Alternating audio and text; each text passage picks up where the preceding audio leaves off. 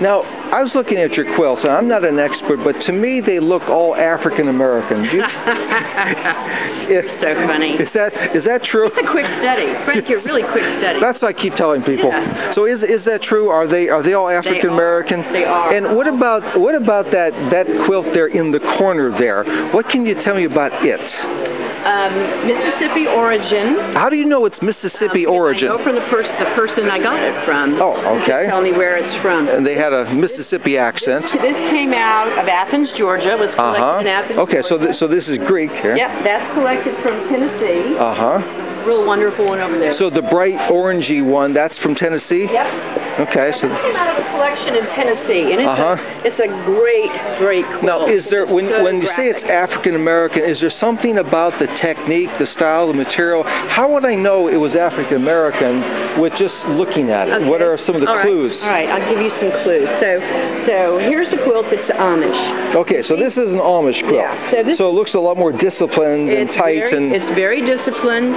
The stitches are very even, very perfect. Like they had all the time in the world. They worked all the pattern out, everything, gold squares. Right. All right. So this was more of this was done for more like religious purposes than for either artistic purposes or for practical purposes. Well, I think that there was just a different aesthetic about the quality of the craftsmanship. What you see with an African American quilt, they're not interested particularly in, because most of these quilts were very functional. You realize people they needed to keep them, and they needed to keep warm. Right, and they used up all their scraps.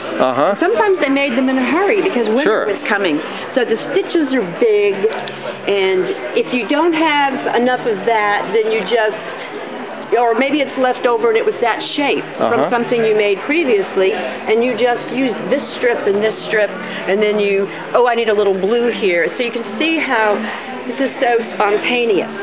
It's like an extemporaneous quality rather than, if you go and look at all of the, like the quilt on the wall, here's my pattern, thought out, pre-planned, and very, beautifully executed or mediocrely executed, whatever. So how long do you think it would take to make this one? How many man-hours would you say? It just depends on whether it was made by an individual or a quilting let's say an individual. Let's say if an individual were to do this, would you say this is 200 hours of work? I can't say that. I just can't say. There's no way to tell how quickly people work. That's one of those impossible. If someone was doing it today, and they were to put their mind to do it, do it as quickly as possible. Well, I'll tell you what.